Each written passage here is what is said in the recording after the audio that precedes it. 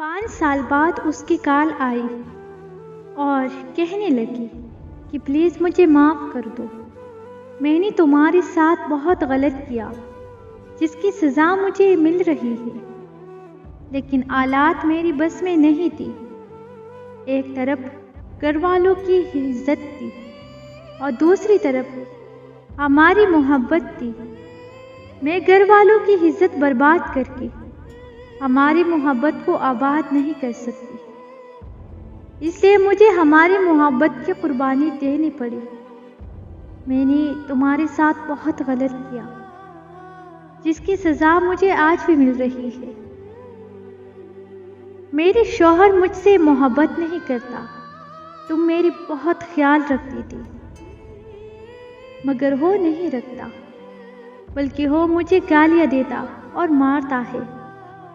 5 साल हो गई है, मैं माँ नहीं बन सकी, इसलिए आज वो दूसरी शादी करने जा रहा है। उसने मुझे इतना टॉर्चर किया है कि मैं ज़हनी मरीज़ा बन चुकी हूँ। डिप्रेशन की गोलियाँ खाने लगी हो। मुझे तुम और तुम्हारी मोहब्बत बहुत याद आती है। मैंने कई बार आपसे राब्ता करने का सोचा, लेकिन कभी मेरी हिम्मत ही नहीं पड़ी। वैसे भी तुम अपनी ज़िंदगी में आगे बढ़ चुकी होगी। मैं बस अपनी ज़िंदगी के आखिरी लम्हात में तुमसे माफ़ी मांगना चाहती थी और बताना चाहती थी कि मैं आज भी आपसे बेहद मोहब्बत करती हूँ।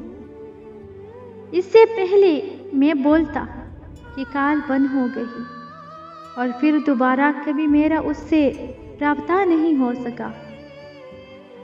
मुझे बहुत अफसोस है कि आज वो इस दुनिया में नहीं है। काश वो आज जिंदा होती तो मैं उसे बता पाता कि मैं कभी ज़िंदगी में आगे नहीं बढ़ पाया। काश उसे बता पाता कि मैं आज भी उससे मोहब्बत करता हूँ।